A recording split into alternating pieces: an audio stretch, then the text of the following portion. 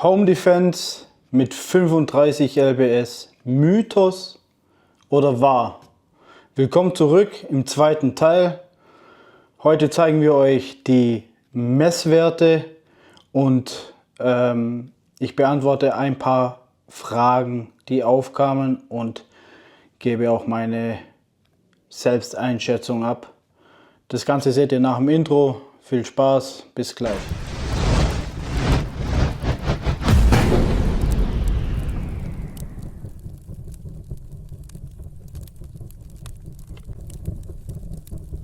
Ja, willkommen zurück bei Sportsman Target. Wie ihr im ersten Teil gesehen habt, der Test, wie tief so ein Warbolt oder Hunting Bolt eindringen kann aus 6 Meter. Das habt ihr im ersten Teil gesehen. Ich habe hier jetzt nochmal exakt diese Pfeile, die ich dort benutzt habe, und das gute Stück hier, das ich auch dort benutzt habe mit dem 35 Pfund Bogen. Aber zum Test gehen wir in die Garage und wir sehen uns gleich. Hier sind wir in meinem privaten Shooting Test Center, beziehungsweise einfach meine Garage.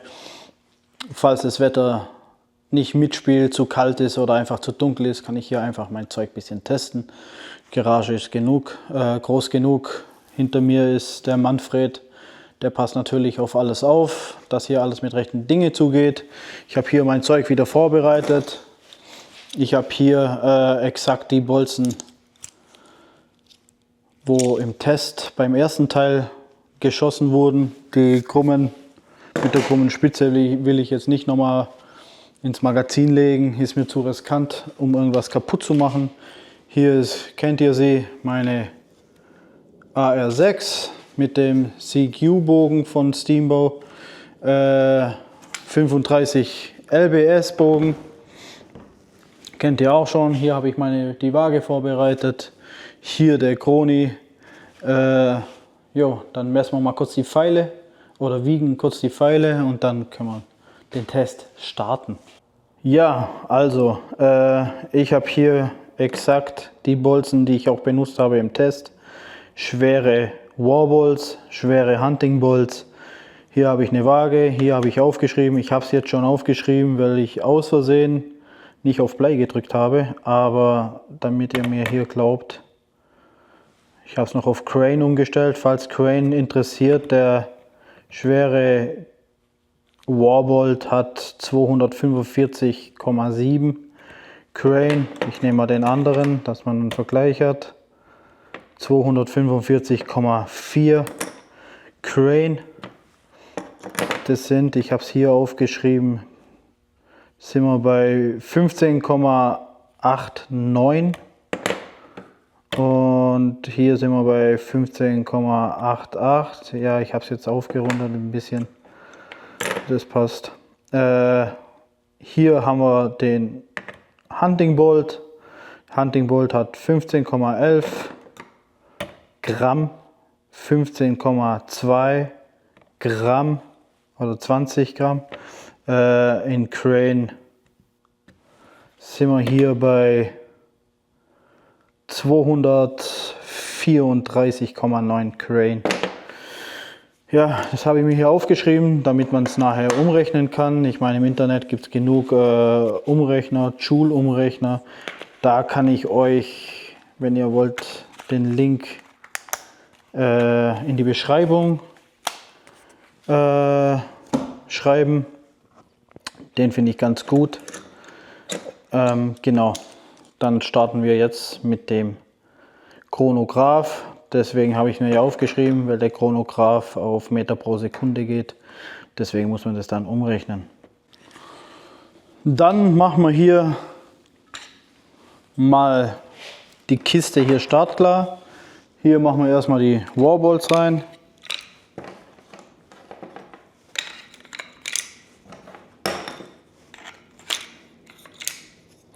Und dann die Hunting Bolts.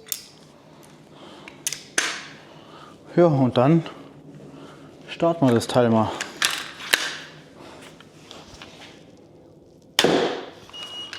(33,6) 33,4. Ich denke, 2 Schüsse reichen. Wir nehmen natürlich den kleinsten, 33,4. Ich ziehe mal kurz die Pfeile raus. Achso, ich habe eine Frage oder ein Ding gehabt, warum ich so spanne, als wäre es ein 150er Bogen.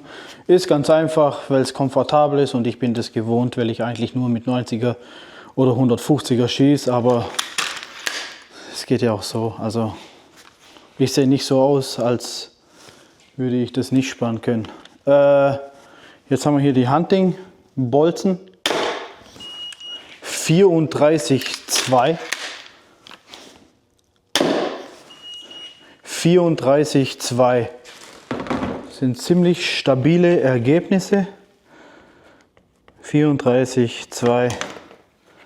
So, ich habe es hier aufgeschrieben, vielleicht sieht man es.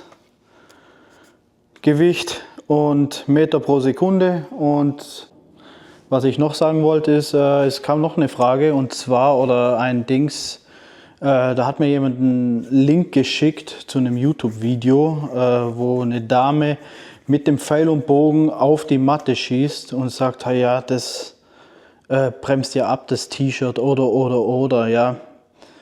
Wenn das Handtuch frei hängt und im Hintergrund nichts ist, dann ist klar, dass das abbremst. Außerdem hat sie mit Sicherheit mit Field-Tips drauf geknallt und nicht mit irgendwelchen Jagdpfeilen oder Warballs oder sonst was. Ja. Ist ganz klar, da kann man auch eine Wäscheleine oder ein T-Shirt an die Wäscheleine hängen, ja, solange nichts hinten dran ist, passiert nichts. Ich habe hier einen Backstop extra für Pfeile und da habe ich mit Hunting-Bolten und mit Warballs drauf geschossen. Ich zeige euch das jetzt gerade mal. Man sieht hier überall hier die Einschüsse, ja. Das zum Thema ja, das T-Shirt bremst alles. Ist nicht so. Diese Matte hat mich $300 gekostet. So günstig sind die nämlich nicht. Aber die sind halt nicht dafür da, dass man damit Warballs oder Hunting Balls draufknallt. Die gehen einfach durch. Und das ist eine sehr, sehr stabile Matte. Das könnt ihr mir glauben. Ja, dann wäre diese Frage nämlich auch schon beantwortet und gezeigt. Weil, wie gesagt, ich bringe nur Sachen, die ich selber getestet habe, Erfahrung habe und. Alles klar, dann gehen wir wieder zurück. Nun, jetzt habt ihr die Messwerte vom 35er Bogen und den schweren Pfeilen. Jetzt habt ihr auch die Energie. Den Link zum Joule-Rechner, den würde ich euch unten in die Videobeschreibung schreiben. Könnt ihr den gerne benutzen. Ich persönlich finde ihn ganz gut. Und ja, es sind ein paar Fragen aufgekommen. Ein paar viele über YouTube, über Facebook, über Messenger, über Instagram und. Die ein oder andere Kritik ist natürlich auch gekommen und andere Einsichten oder ja, Einschätzungen, andere Ansichten und. Die erste Frage oder eine Frage davon war oder Ansicht, ein 9 mm macht doch mehr Schaden als ein Jagdpfeil. Das würde ich persönlich jetzt nicht unbedingt unterschreiben, aber ich würde es jetzt auch nicht behaupten. Ja, also bei der 9 mm ist es ganz einfach so, wenn ich jetzt einen Schuss, wir gehen jetzt von einem einzigen Schuss aus. Ja. Bei der 9 mm ist es ganz einfach so, sie hat eine sehr hohe Einschlagsenergie durch die Geschwindigkeit. Aber der Wundkanal ist jetzt nicht ganz so groß. Wie gesagt, es kommt darauf an, wo man trifft. Wir gehen jetzt ganz normal von ganz normalen, harmlosen, in Anführungszeichen, Treffer aus. Die Kugel geht hinten raus, je nachdem, was man für Munition benutzt. bei einer Armbrust, ich spreche jetzt nicht von dem 30er, 35er Bogen, sondern von einer mit mindestens 150 Pfund, ja, oder auch höher oder stärker. Die hat zwar keine so hohe Aufprallenergie durch die Geschwindigkeit, aber durch einen Jagdpfeil macht sie einen enormen Schaden. Meistens benutzt man zum Jagen mit der Armbrust 3-klingige mechanische Pfeile und die machen einen richtigen Schaden. Wie zum Beispiel der hier, das ist ein Jagdpfeil, mit dem gehe ich jagen. Hier ist die Mechanik drin. Das heißt, man hat hier vorne einen Bodkin. Dann habe ich hier noch kleine Klingen und diese Klingen hier, die gehen beim Aufprall auf und machen hier, ich hoffe man sieht es, so einen Schaden. Wenn man das jetzt vergleicht mit so einem und so einem, also der ist schon böse und mit dem geht man auf Big Game. Das spricht also für Hirsch und Reh, also auf Großwild. Ja, ansonsten auf Großwild jagt man halt auch nicht mit 9 mm, ja, also deswegen das mal zum Schaden. Bei der 9 mm macht die Kadenz den Schaden, ja. Ich habe innerhalb von ein paar Sekunden 18 Schüsse weg, bam, bam, bam, bam, bam. Das ist das, was der Schaden macht. Dann kam noch die Frage, was würde ich für die Home Defense Waffe nehmen? Die Frage ist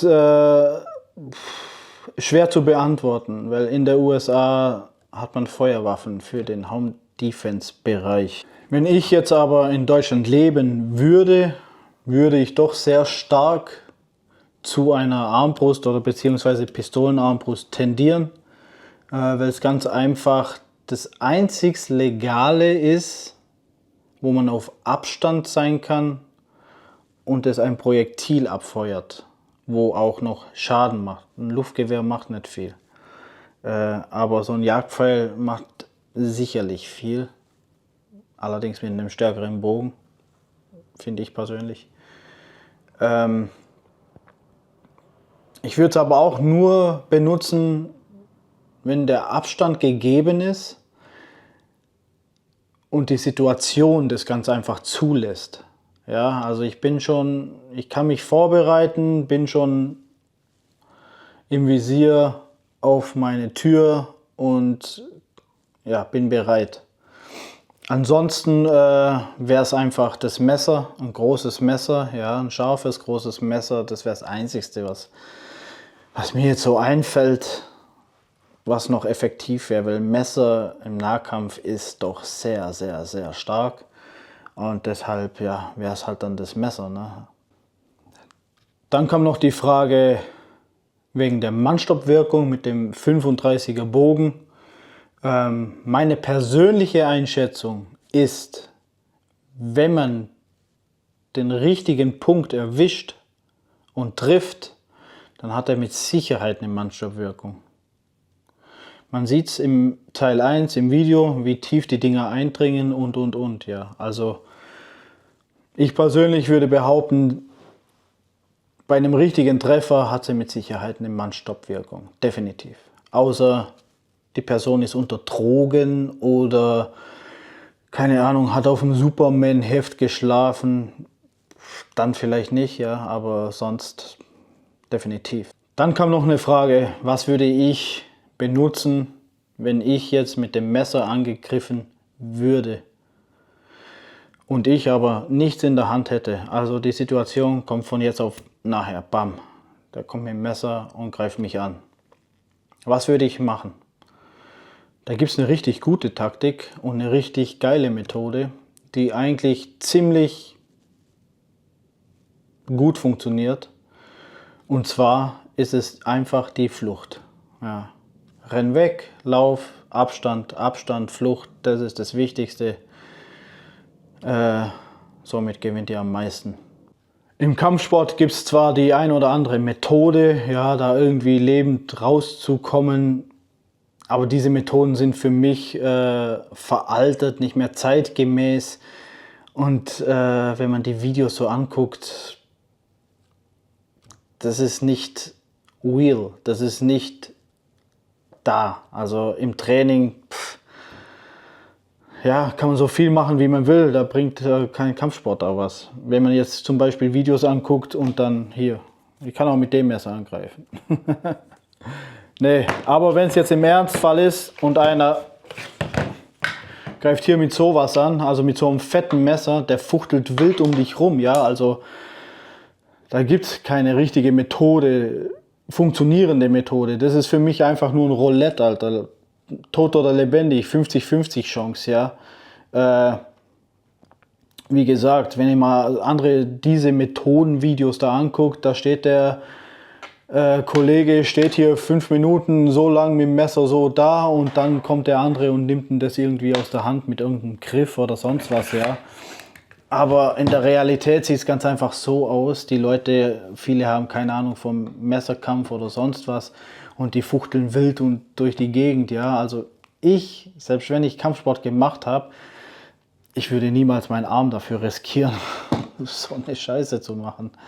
Also bitte, ich meine gut, es gibt genug Spezialisten da draußen, wo es meinen. Ich persönlich denke darüber anders, ja. Jeder kann selber denken, was er will. Dann kam noch die Frage auf, ob ich beruflich im Home Defense oder Self Defense bin. Die Frage ist ganz leicht zu beantworten. Nein, ich bin nicht beruflich im Self-Defense oder Home-Defense tätig. Ich bin auch kein Spezialist, was das angeht. Ich gehe zu Spezialisten und trainiere mindestens 1- bis 2-mal im Monat beim Real World Self-Protection Training. Das sind Jungs, ganz einfach, die kommen aus verschiedenen Sparten, Kampfsport, die kommen aus Spezialeinheiten und. Dort trainieren wir oder beziehungsweise alle, die halt dorthin kommen, gewisse Situationen, aber halt größtenteils mit Trainingswaffen, also eher mit Feuerwaffen. Es gibt Trainingswaffen, die verschießen nur Kreidemunition, also nichts Wildes, und da üben wir verschiedene Szenarien oder man zeigt es uns und. Also wie gesagt, ich bin kein Spezialist, ich bin bei den Spezialisten. Und selbst dort, wenn ich nochmal zurückgreifen darf, die 7-Meter-Regel, ja, das nimmt man da auch das eine oder andere Mal durch dieses Thema. Und selbst für die Spezialisten ist das schon ein Problem. Wenn jetzt jemand kommen würde mit dem Messer und greift dich an, der legt in einer Sekunde 7 Meter zurück, bis du das Ding aus dem Holster hast. Das habe ich aber im ersten Teil schon gesagt, ist der schon bei dir. Das ist eine andere Sache, wenn du schon bereit bist und schon irgendwie im Anschlag bist oder sonst was. Dann ist es real. Aber sonst ist es auch für Profis sehr, sehr schwer. Aber wie gesagt, zum Self-Defense gehört auch noch der Kampfsport. Ich war zwar 4 Jahre beim Thai und Kickboxen im Training, also ich habe keine Turniere oder sonst was mitgemacht, ich war nur im Training. Das mal zu diesem Thema.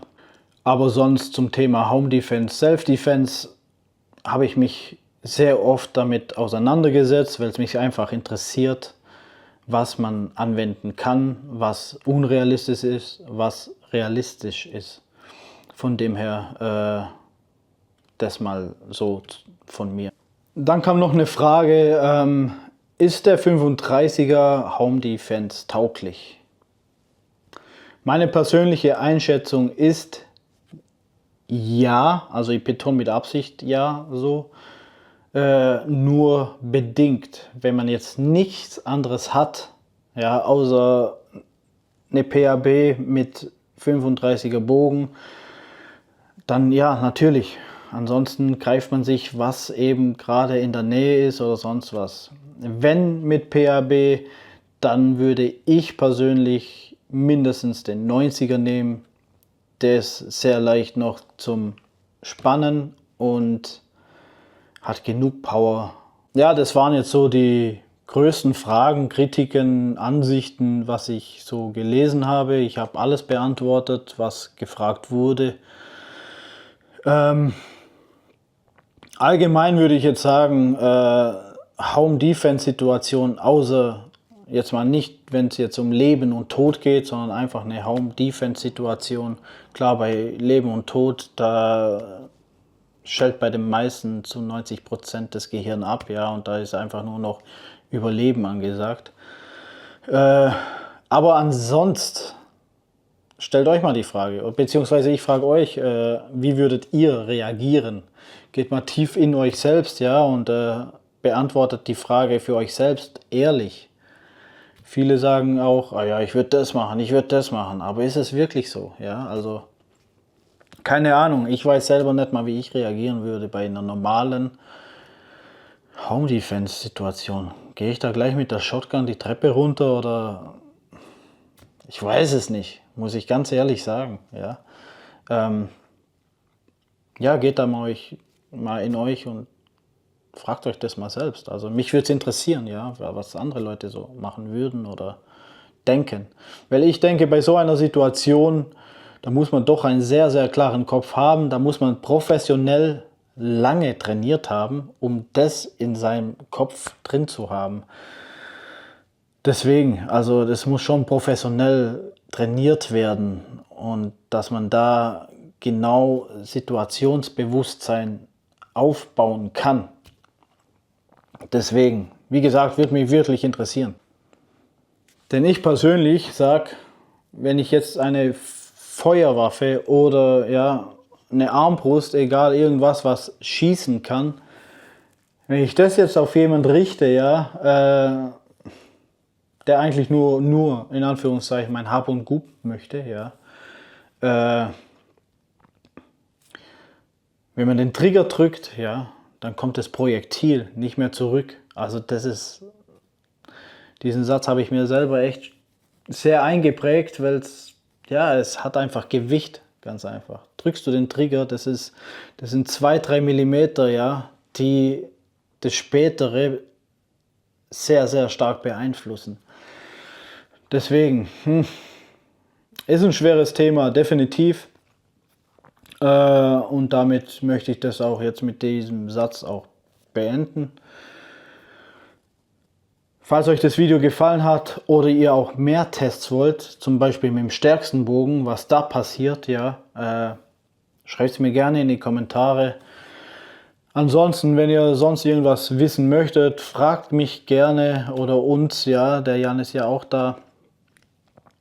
Fragt uns gerne und ja, lasst ein Like da, abonniert uns kräftig. Ich sag's immer wieder, ja, jedes Abo macht uns stolz und motiviert uns einfach weiterzumachen. Und ja, dann wünsche ich euch noch einen schönen Abend, schönes Wochenende und stay safe und bleibt sauber, Jungs und Mädels. Ganz wichtig.